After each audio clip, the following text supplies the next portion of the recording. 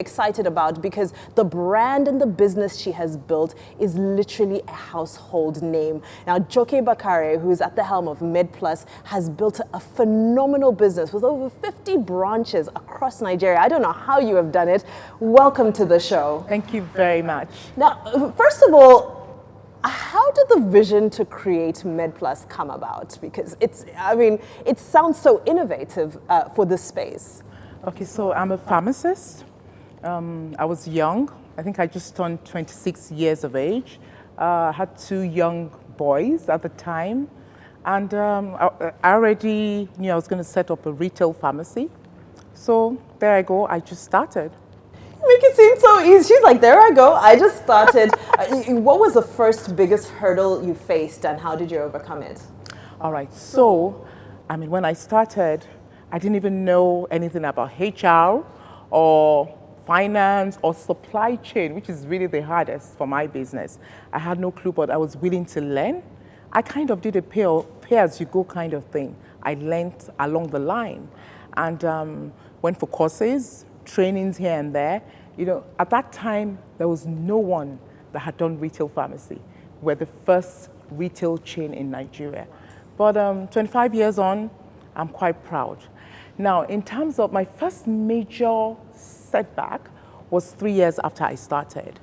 And one midnight, I got a phone call that my store at Mega Plaza was burning. And we got there and my husband got to the place, saw the entire mall in ashes. And, people even kept asking, oh, did you have insurance? Or, how are you going to do it? And my husband even whispered to me that, don't tell them you don't have insurance, because I did not have insurance at the time. That was my first big hurdle and also lesson. So since then, every single thing I have, I insure. And from then on, it's been good. And, what about times when it seemed as though, especially from the public front, MedPlus was winning all of the accolades, and then we now came across stories from your personal life and we didn't know how to reconcile the two, the persona and the business. How did you get through that and how did you separate your brand, because your brand was unaffected? Yes. So I'm a very private person. In fact, I'm one of those people that believe that you must keep your private matters very private. I love my husband, I love my children, and I just didn't think for a long time. As a matter of fact, this interview is like maybe the second or third I've ever given. Wow, private. But along the line, over my 25 years, I've found out that people kind of want to associate even the brand MedPlus with a face. Initially they will even think it's a man that owns MedPlus, even with all the pink colors or whatever, So at some point, for me, I also believe that, the brand should even speak for itself. You don't need to go out there and, give every single interview every day. I don't know whether it has to do with my background as a pharmacist or a scientist. The private matter is always private, But now, I've started to come out just also to inspire women, so that, they hear a bit of my own story and also to just, share my experiences with them. Which part of your story do you feel touches women the most when you share it? That I started when I was a nursing mother, and that I've been through quite a number of hurdles. Also that I have a husband that's very supportive. I think that's very important, for men to also support their wives and let them express themselves, let them thrive in whatever space they are. I have 4 boys, and right now I'm teaching them to be, to teach them to help women to make them thrive and, be very supportive of, women wherever they find themselves. So I think I'm quite proud of that. I'm also, I'm a big employer of women. So as a matter of fact, in MedPlus, we have 65% of the workforce that are female. Incredible. So I'm really proud of that. My head of HR is female, my head of finance is female, my head of marketing is female. I think for me, that's one of the great achievements I've done. And certainly so inspiring as well. But what about some of the stereotypes? that you've had to grapple with? What strategies did you employ to make sure that the stereotypes about women in business, especially women who run such massive empires, just to make sure people realize that, the stereotypes are just that, stereotypes. They don't apply to every case. Okay, so with the stereotypes, the one that makes me laugh all the time is when I get somewhere and they say MedPlus with 54 stores, even with the fact that my brand has pink written all over it. People still think I'm meant to be a man. They're like, oh, I thought it was a man. I've had that so many times. In starting my business, I'll be very honest, I didn't get too much, because pharmacy is a very nurturing business. Women in their own very nature know how to multitask. So I didn't really get that much, hurdle or that stigma or whatever with the men. I think it wasn't that bad at that point. And how have you been able to stay ahead of the curve? Because, since over 20 years ago that you launched 25 years ago, excuse me, that you launched your business, so many similar business models have come up. And how do you continue to pioneer and ensure that you continue to take up the space that you deserve in the industry? Okay, so we have a team of young pharmacists and pharmacy technicians. They have very brilliant and, fun ideas. Also, in terms of attributes that, should help you stay ahead of the curve, you must be very patient, you must be perseverant, you have to endure, you have to have staying power. Because, those disappointments will come along the way. But you really need to stay focused in every single thing you do. And then learning, I'm an avid supporter. I read, I go to courses, I role play, I learn, I pretend I'm not a pharmacist, I get in and, ask questions. So that learning spirit, I think it's very important. If you have it, it's a big plus. So that way, you know what's coming in, you can adapt, whether it's technology, whether it's management, what's new in the market, what are the new medicines, because you really need to provide, a safe environment for people. You have to give them access to, very genuine, trustworthy, quality medicines, so that people live, a very healthy life.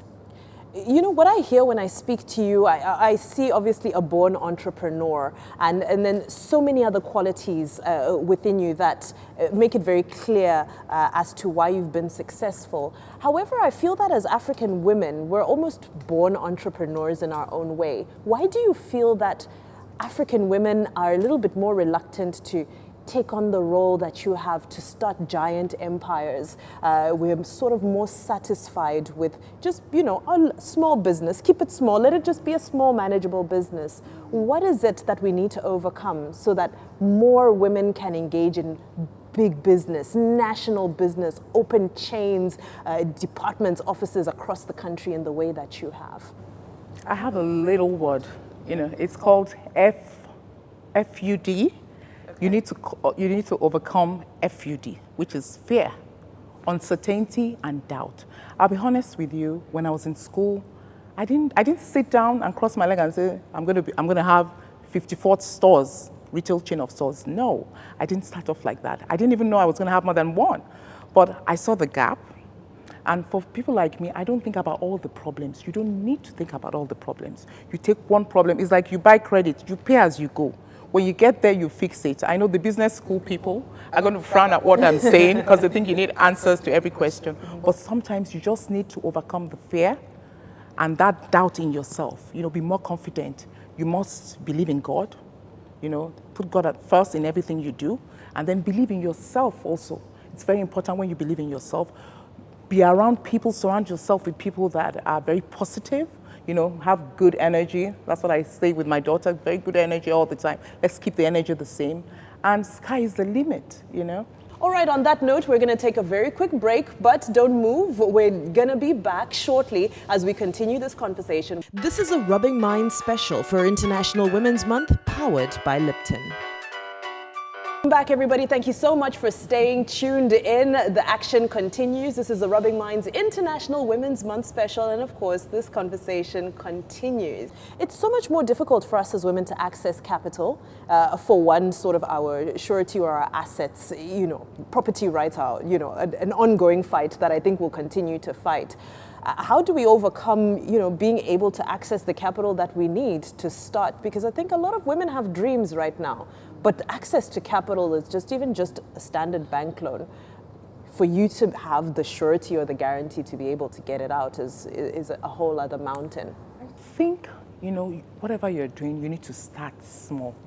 That's my own model. Start small, make it successful, and then build a track record for yourself. Where people are interested in track record. MedPlus is 25 years. Yes, at the beginning, I started very small. If I used to come to work in jeans, I wasn't all dressed up like this, jeans and a t-shirt. And every day I'll go to my suppliers. Because why? I didn't have enough capital at the time. So I'll buy today, it will finish, go back. And at some point somebody said, oh, you're this girl, you're not going to kill yourself. But I knew what I was doing. I knew I had to establish that track record. I knew I had to prove myself. So don't let finance discourage you. Look at the business, be very passionate about your business, okay? Set an example, set a pathway for yourself, be very disciplined, build, no matter how small, some track record, and then when people start to see that, now I think it's even easier. You have all these private equity funds all over the place coming at you. If I'm in healthcare right now, I don't know what the code is, but I don't know whether it ticks all the boxes for them, but they really want to invest in healthcare, whether it's medicines, whether it's hospitals, whether it's clinics or nurses or home healthcare. It's an industry that they really want to put money in. So if you're disciplined with yourself, you start small, don't overcome the fear and uncertainty, I think sky is the limit. Certainly, and we need to round up soon, but before we go, a mother of 4 boys, what are the most important lessons you'll teach your boys about this year's theme, which is I Am Generation Equality? What are you instilling in them to be able to inspire them to imbibe the meaning of generation equality as they grow older? Okay, I'm so happy about the generation equality. I'm happy about the conversations going on. A lot of progress has been made in that area. And I really, I talk to my boys. First of all, they have to be supportive husbands when and if they do get married, without my husband being behind me. It's important you said if. Yeah. So there isn't the pressure. My second son, he was here earlier, but he left. He's 27 years old, and now I don't even see a track. But they see what I'm doing, and they know that without my husband being a big support, if he fought me each day, I said, oh my God, I have to be in the warehouse till 12, or we're still doing stock taking today, I would not be where I am today, or I have to go for meetings, or I have to travel. You really need to teach those boys, because I can see what my mother-in-law has done in my husband. He's not perfect, but he's made me thrive and made me flourish in what I was doing. So it's to be supportive of whatever female. It doesn't even have to be their wives, whether in the workplace, whether at home, whether they're friends. When you see women, because women are naturally, they're the best. I'm sorry, guys. I'm not abusing anyone, but women are the best. They know how to juggle everything together. You need women in everything you do. Women make a difference anywhere they are. You can see examples of all women all over the place. So do you think we're going to see an end to patriarchy anytime soon? Well, closer than before, right. Definitely. Yeah. Closer than before. And I hope it comes sooner than we even think. The conversation is good, and the progress is tremendous. I'm quite happy and pleased with it. Exactly, and charity is beginning at home. Exciting to see women like yourself, strong women, raising men who understand that there's a shift in the conversation and in the culture. So that's really exciting. Joke Bakare, thank you so much for your time. Thank your you final so much. words for your viewers? Women, stay focused, be determined, never give up. Be your very best that you can be, and sky will be the limit. Of course, happy Women's Month. That was an insightful chat with Joke Bakare of MedPlus Pharmacies, over 50 stores across Nigeria. I mean, that is incredibly one of the greatest success stories that we've heard from women in business. However, on that note, this is where we call it a day.